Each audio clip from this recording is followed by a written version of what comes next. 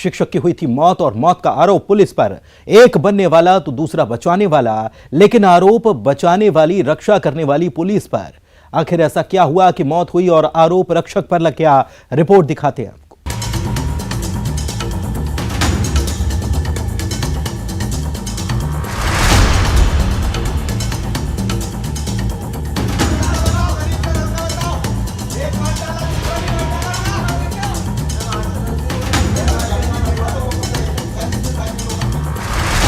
हिरासत में शिक्षक की मौत।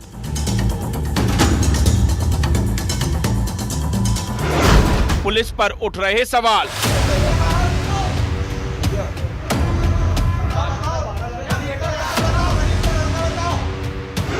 हिरासत में संदिग्ध मौत। बिना वारंट 4 हिरासत में। एक की मौत, 2 लापता, 1 चुप। बैतूल में पुलिस हिरासत में हुई शिक्षक की मौत। बैतूल पुलिस के गले की हड्डी बनती जा रही है। दरअसल बैतूल पुलिस ने चोरी के मामले में पूछताछ के लिए 4 युवकों को बिना किसी वारंट के हिरासत में ले लिया था। इसमें एक शिक्षक लल्लू माथनकर भी शामिल थे। 8 दिन बाद अचानक बेहोशी की हालत में शिक्षक को जिला अस्पताल ले जाया गया, जहां डॉक्टर ने उन्हें मृत घोषित कर दिया। संदिग्ध परिस्थिति में हुई मौत का इल्जाम लगा बैतूल पुलिस पर। मेरे घर आए थे पुलिस वाले। क्या बोले? मेरी बात करवाई। बच्चे की आवाज़ अपन पहचानते हैं। बोले तुम किसी को कुछ मत बोलना, कहीं जाना मत। बोले तुम्हारा लड़का 36 घंटे में घर आ जाएगा। लड़के से बात हुई। लड़का बोलता पापा मैं नागपुर में हूँ, बोले 1-2 दिन में आऊँगा। मेरे को पुलिस वालों ने छोड़ दिया। जब पुलिस कस्टडी में लड़का है तो कैसे छोड़ेंगे? छोड़ते तो सीधे घर आता वो। अब पुलिस वाले सामने खड़े हैं, पुलिस वाले जैसा बोलेंगे वैसा लड़का बोलेगा। वहीं बाकी 3 युवकों में से 2 लापता हैं और एक को पुलिस के मुताबिक हिरासत के अगले दिन ही छोड़ दिया गया था। लेकिन युवक घर से ना तो बाहर आ रहा है और ना ही कोई जानकारी देने को तैयार है। शिक्षक लल्लू की मौत के बाद उनके परिजनों ने जमकर हंगामा मचाया और पुलिस पर हत्या का आरोप लगाया है। कल भी मैंने सुबह टिफिन ले गया, सुबह मैंने लाया। रात को मैं जब काम पे से लौटता हूँ तो खाली टिफिन लेके फिर वो टिफिन भर के फिर लेके आता हूँ। यही आपने माथनकर को किस हाल में देखा था? अरे पूरे पैर में से मवाद भरा था। हाँ, इतना मारा था कि क्या बताऊँ। पैर सूजे थे, ये मोटे मोटे हाथी के पैर समान हो गए थे। कहाँ पर उसको कब उठाया ये नहीं मालूम। मैंने है ना उसको शुक्रवार शनिवार से देख रहा। कहाँ पर देखे थे आप? मैंने गंज चौकी में देखा था उसको। पुरानी चौकी नहीं, पुरानी वाली। मामले में न सिर्फ शिक्षक की मौत हुई बल्कि 2 युवक भी लापता हैं, जिनके परिजन पुलिस पर आरोप लगा रहे हैं कि पुलिस उन्हें चुप रहने का दबाव डाल रही है। यही नहीं, पुलिस युवकों से परिजनों की बात भी करवा रही है, लेकिन युवक कहां हैं ये नहीं बता रही। लापता युवकों के परिजनों का आरोप है कि पुलिस प्रताड़ना से ही शिक्षक लल्लू की मौत हुई है। वहीं अन्य युवकों को भी पुलिस ने ही गायब किया है। आज उसको 10 दिन हो गया पूरा। वो सिंगाजी पे चाय पी रहा था, वहाँ से पुलिस वाले विदाउट ड्रेस में ले गए, बिना वारंट के लेके गए उसको। और कल थाने में FI दर्ज कराई जो, तो वहाँ पे TI साहब ने बोला कि आपका बेटा शाम को 6 बजे तक आ जाएगा। लेकिन आज दिन भी निकल गया, 12 बज रहा है अभी। तो सुबह उनका फ़ोन आया था, लेकिन बेटा अभी तक नहीं आया। क्या बोला बेटे ने फोन पे? बेटे ने बोला कि मैं ठीक हूँ बोले, लेकिन उसके साथ पुलिस वाले रहे होंगे, इसलिए वो बेटे ने बोला कि ठीक। बैतूल SP ने मामले की जांच का आश्वासन दिया है। इसमें जो कल इनके परिजनों ने एक आवेदन दिया है गंज थाने में, उसकी जांच हम SDOP शाहपुर से करा रहे हैं और जो अलग अलग तथ्य सामने आ रहे हैं उसकी संपूर्ण जांच की जा रही है कि किसने अस्पताल में एडमिट कराया और कितने बजे कराया और वो पुलिस के पास पूछताछ के लिए उनको लाया गया था या नहीं लाया गया था। इन सब बातों की जो है जांच SDOP शाहपुर करेगी। बैतूल पुलिस की भूमिका संदेह के घेरे में है। पुलिस ने अगर युवकों को हिरासत में लिया था तो उन्हें पूछताछ के लिए 8 घंटे तक कहां रखा? अगर हिरासत में लिया गया युवक चोर थे तो उन्हें 24 घंटे के अंदर कोर्ट में पेश क्यों नहीं किया गया? शिक्षक को अगर पुलिस ने नहीं मारा तो उसकी मौत कैसे हुई और वो जिला अस्पताल कैसे पहुंचा? ऐसे कई सवालों का सामना बैतूल पुलिस को करना है और कई जवाब भी देना है। जब रक्षा की संदेह के घेरे में आ जाएंगे तो आम जनता किस पर भरोसा करे?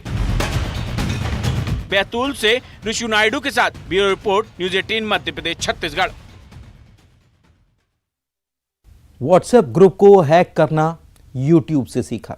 ग्रुप में अश्लील फोटो वीडियो डाले, 2 साल तक पुलिस को भी छकाया। आखिरकार कानून के लंबे हाथों में वो फंस गया। वो हैकर था।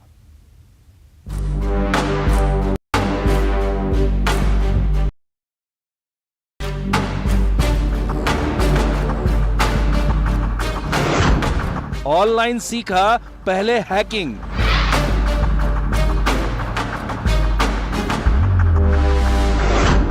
फिर बनाया सोशल मीडिया पर ग्रुप।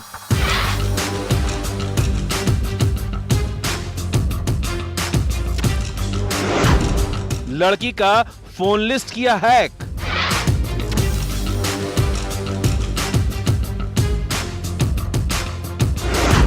ग्रुप में जोड़े सारे नंबर।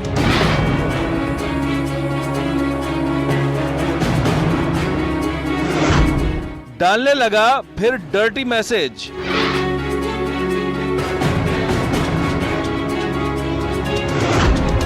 दो साल बाद पुलिस गिरफ्त में हैकर। साइबर मास्टर बनने के जुनून ने आकाश को बनाया क्रिमिनल। जी हां, ये कहानी नहीं बल्कि हकीकत है। उत्तर प्रदेश के आगरा जिले के मलपुरा थाना क्षेत्र के गांव गढ़ी का रहने वाला आकाश रोजगार की तलाश में पहुंचा राजस्थान। यहां छोटा मोटा काम करता रहा, लेकिन आकाश को तो जुनून था साइबर मास्टर बनने का। सोशल मीडिया प्लेटफॉर्म पर वो सब जगह मौजूद था, लेकिन उसके सपने मैसेज शेयरिंग से कहीं आगे हैकिंग सीखने के थे। हैकिंग सीखने के लिए उसने YouTube पर सैकड़ों वीडियो खंगाले और आखिरकार उसने हैकिंग का हुनर पा ही लिया। 2020 में थाना नगरी में नगरी की प्रार्थना लड़की रिपोर्ट दर्ज कराई थी कि उसके मोबाइल में एक अज्ञात व्यक्ति द्वारा फोन करके अश्लील बातें किया था और पूर्ण वीडियो तथा अश्लील फोटोग्राफ्स भेजकर गाली गलौज किया था, जिस पर से अपराध क्रमांक 35/2020 में धारा 294, 507, 509 तथा IT एक्ट की धारा 67 के तहत में अपराध पंजीकृत करके विवेचना में लिया गया था। अब आकाश इस हुनर को आजमाना चाहता था। उसने फेसबुक में मौजूद महिलाओं और लड़कियों के नंबरों की तलाश शुरू की। आखिर उसे छत्तीसगढ़ के धमतरी जिले में नगरी की एक लड़की का नंबर मिल गया। आकाश ने उसे फोन पर अश्लीलता भरी हरकतें की।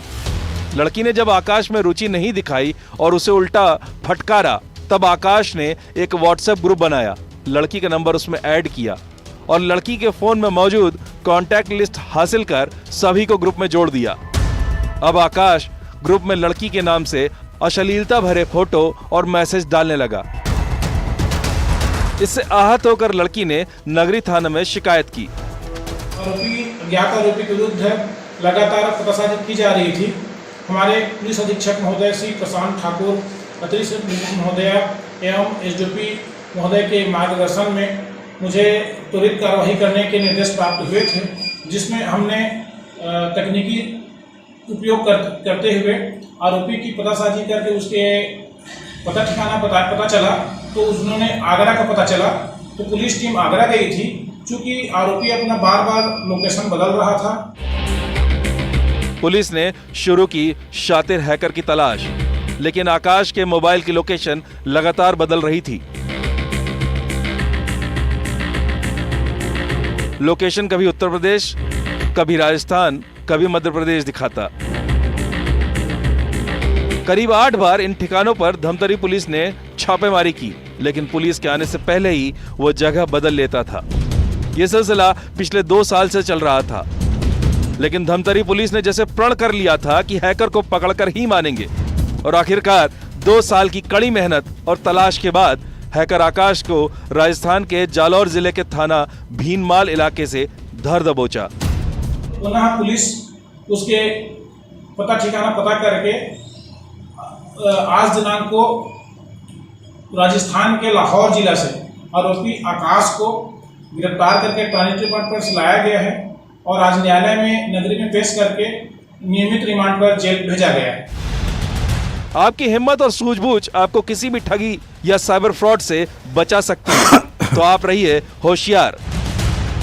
धमतरी से अभिषेक पांडे के साथ bureau report, news 18 Madhya Pradesh Chhattisgarh.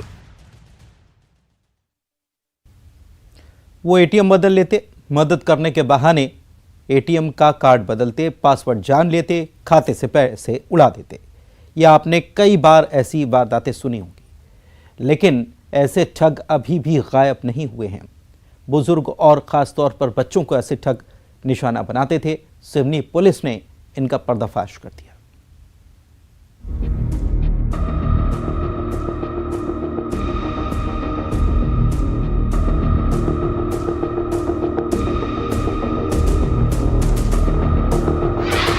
मदद के नाम पर ठगी।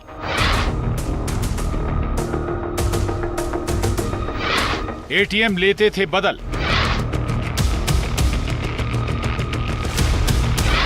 पासवर्ड जान कर देते खाता खाली। महिला, बुजुर्ग, बच्चे इनका निशाना। वो मदद के नाम पर अपने शिकार का एटीएम ही बदल देते थे और बाद में एटीएम का इस्तेमाल करके खाता खाली। सिवनी के डूडा सिवनी थाने की पुलिस ने इस अंतर्राज्यीय एटीएम ठग गिरोह का पर्दाफाश किया है। दरअसल दिसंबर 2022 को इस गिरोह ने डूडा सिवनी थाना क्षेत्र के अंतर्गत टैगोर वार्ड निवासी एक महिला के साथ ठगी की वारदात को अंजाम दिया था। शातिर ठगों ने पहले महिला से मदद के नाम पर उसका एटीएम बदला और पासवर्ड जानकर महिला के खाते से 10.5 लाख रुपए उड़ा लिए। महिला ने थाने में अपने साथ हुई ठगी की शिकायत की, जिसको तत्काल पुलिस ने संज्ञान में लिया और जांच शुरू कर दी। जब इनका बैंक स्टेटमेंट निकाला गया तो उससे पूरी बात स्पष्ट हुई कि 27 नवंबर को जब वो अपने एटीएम को ऑपरेट करने के लिए, यूज करने के लिए एटीएम मशीन पर गई हुई थी, तो वहां पूर्व से अपराधी मौजूद थे और बहाने से उनका कार्ड उन्होंने बदल दिया और पिन लगा देख लिया और इस तरीके से वो कार्ड लेकर के जगह जगह पर उस कार्ड का उपयोग कर कैश का विड्रॉल, बहुत सारी चीजों की खरीदी, पेट्रोल पंप पर पीओएस मशीन पे उस कार्ड का उपयोग कर पैसा खर्च करते रहे। मध्य प्रदेश, उत्तर प्रदेश, दिल्ली, उत्तराखंड के विभिन्न स्थानों से पैसे निकाले गए थे। आरोपियों ने जहां जहां एटीएम का उपयोग किया, सिवनी पुलिस ने वहां वहां अपनी टीम भेजकर जांच शुरू की। क्षेत्र के सारे सीसीटीवी फुटेज खंगाले गए और कई सीसीटीवी में आरोपी पुलिस को नजर आ गए। आरोपियों के साथ उनकी गाड़ी की पहचान भी हो गई। पुलिस ने साइबर तकनीक की मदद से आरोपियों पर नजर रखना शुरू कर दिया। पुलिस आरोपियों को रंगे हाथों पकड़ना चाहती थी, इसलिए उनके अगली वारदात का इंतजार किया और जल्द ही जबलपुर में अपने शिकार की तलाश कर रहे आरोपियों को वारदात से पहले ही सिवनी पुलिस ने गिरफ्तार कर लिया। महिला जब लगभग 20-25 दिन तक उस कार्ड को यूज करने का प्रयास करती रही और उसका एटीएम कार्ड नहीं चला, तब वो बैंक गई और बैंक में जाने पर उसको पता चला कि उसके खाते से लगभग 10.5 लाख रुपया निकाला जा चुका है। ये सूचना डूडा सिवनी थाने पर प्राप्त होने पर डूडा सिवनी थाने पर अपराध दर्ज किया जाकर विवेचना की। डूडा सिवनी को ये सफलता प्राप्त हुई है, जिसमें 4 आरोपी गिरफ्तार किए गए। सिवनी थाने में आरोपियों ने अपना जुर्म कबूल कर लिया। आरोपियों के पास से 30 एटीएम, एक कार, 5 मोबाइल बरामद किए। एक दूसरी गाड़ी अभी बरामद होना बाकी है। इसके साथ ही आरोपियों के खाते में 4.5 लाख रुपए मिले, जिसे पुलिस ने होल्ड करा दिया है। इनके पास से 30 कार्ड बरामद हुए हैं। इनके अकाउंट्स में जो पैसे हैं उनको भी विद होल्ड पर लगाया गया है और उसके अलावा इनके पास एक कार मिली है और 5 मोबाइल फोन मिले हैं। अभी इनसे और पूछताछ की जा रही है और आगे रिकवरी होने की संभावना। पुलिस जनता से सावधान रहने की अपील भी कर रही है।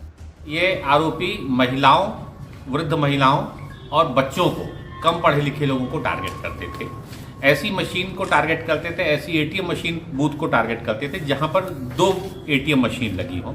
एक एटीएम मशीन पर पहले से ही अपराधी मौजूद रहता था और दूसरे एटीएम मशीन पर जब विक्टिम हमारा जाता था तो उस विक्टिम को किसी न किसी बहाने से उसको ब्लॉक करके उसका कार्ड का पिन जान लेते थे। और उसके बाद कार्ड एक्सचेंज कर करके ये फ्रॉड करते रहते हैं। तो इसलिए सभी लोग जब भी एटीएम मशीन पर जाते हैं तो वहाँ पर किसी भी अनजान व्यक्ति से किसी प्रकार की सहायता अपने एटीएम कार्ड को उपयोग करने के लिए ना लें।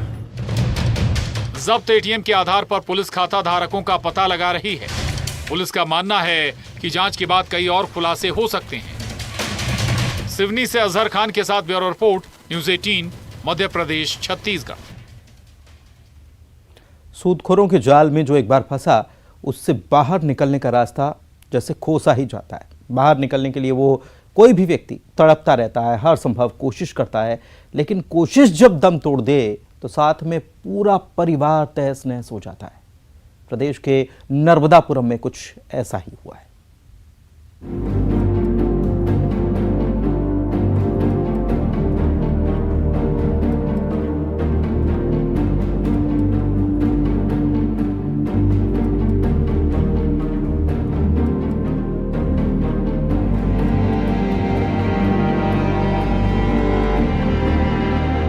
नर्मदापुरम में एक सामान्य परिवार का रहने वाला युवा अपनी आंखों में भविष्य के सपनों को संजोए अपना जीवन यापन कर रहा था।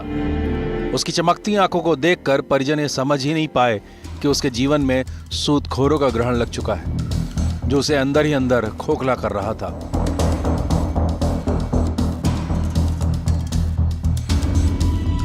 दरअसल सीहोर के बुदनी स्थित नर्मदा नदी के जर्रारपुर घाट पर बुदनी पुलिस को लगभग 30 वर्षीय युवक का अज्ञात शव नर्मदा की लहरों पर तैरता मिला। पुलिस ने मौके पर पहुंच मर्ग कायम किया और मृतक की विवेचना शुरू की। मेरा भाई दिलीप कुमार रेड्डी सोमवार के दिन दोपहर को 1:40 से गायब था, लापता था। मुझे रात शाम को सूचना मिली कि वो दिन भर से घर आया नहीं है। मैंने सोचा कहीं गया होगा, लेकिन मुझे इसकी जानकारी पता नहीं लगी। पुलिस की पड़ताल में मृतक की शिनाख्त 30 साल के दिलीप कुमार रेड्डी के रूप में हुई, जो नर्मदापुरम की साई किरण कॉलोनी का रहने वाला था। दरअसल मृतक पिछले 3 दिन से लापता था। परिजनों ने पुलिस को बताया कि मृतक सूदखोरों से परेशान चल रहा था, लेकिन मृतक के मोबाइल ने उसकी मौत का वो कड़वा सच उगला, जिसे देख परिजनों और पुलिस के पैरों तले जमीन ही खिसक गई। मेरे को उसके मोबाइल से कुछ गूगल नोट्स मिले हैं और एक वीडियो मिला है उसका, जिसमें वो रसूखदारों, जितने भी ज़िले के रसूखदार थे जो ब्याज पे पैसा चलाते थे, उनसे बहुत परेशान था। उसको इतनी मानसिक प्रताड़ना दी थी जिसके कारण उसे ये कदम उठाना पड़ा। कितने लोगों के नाम है उसमें? उसमें सर कम से कम 15 लोगों के नाम है। पुलिस की पड़ताल में मालूम पड़ा कि मृतक सूदखोरों के चंगुल में बुरी तरह फंस चुका था। मृतक की तलाशी में मिले मोबाइल गूगल नोट्स पर उसने संदेश छोड़ा था, जिसमें उसने परेशान करने वालों के नाम का खुलासा किया था। साथ ही परिजनों से अपनी आत्महत्या पर माफी भी मांगी थी। फिलहाल पुलिस मामले की जांच कर रही है। बुदनी थाने पे आज सूचना मिली थी कि जर्रापुर नर्मदा नदी के किनारे एक लाश मिली है। उक्त सूचना पर पुलिस बल जर्रापुर नर्मदा किनारे आया हुआ है। इस स्थान पर एक 30 वर्षीय अज्ञात व्यक्ति का शव मिला है। शव को निकाल लिया गया है। शव के पास से जो आईडी मिली है उसमें उसका नाम दिलीप कुमार रेड्डी आया है। उसके पास जो आईडी थी उसमें मोबाइल नंबर लिखा हुआ था। उससे उसके परिजनों को सूचित किया गया है। आखिर कब तक सूदखोरी के जाल में फंसकर लोग मजबूरी में अपनी जान गंवाते रहेंगे? अपना और अपनों का रखिए ख्याल। सीहोर से प्रदीप सिंह चौहान के साथ bureau report, news 18, Madhya Pradesh, Chhattisgarh. और इसी के साथ क्रिमिनल्स में इतना ही। नमस्कार।